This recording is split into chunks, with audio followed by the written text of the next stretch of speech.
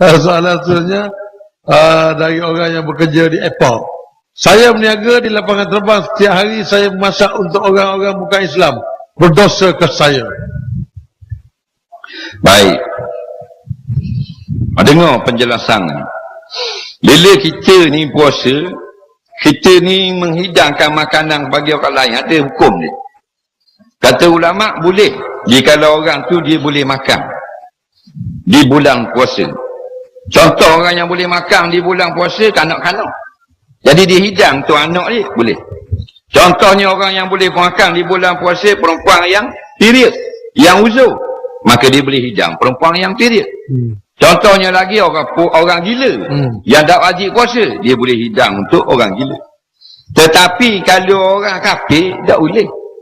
Kerana orang kafir ni dia boleh berpuasa dengan masuk Islam. Nampak? Jadi kata ulama, nak jual nasi, nak goreng makanan untuk orang kafir yang tak boleh puasa kalau dia masuk Islam saja boleh. Contoh perempuan kafir yang sedang period, dia sedang haid. Maknanya kalau dia masuk Islam dia boleh puasa? Tak boleh, pasal dia sedang period. Maka boleh jual makanan pada orang kafir seperti ini.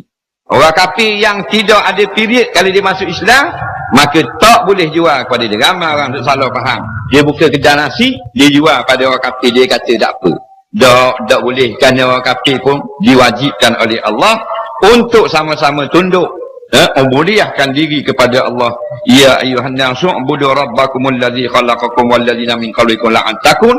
Wahai sekalian manusia, semua kamu, tak kira apa bangsa, mesti memperhambakan diri kepada perintah-perintah Allah. Allah yang telah menjadikan kamu. Jadi larangan tak boleh kepada orang kafir.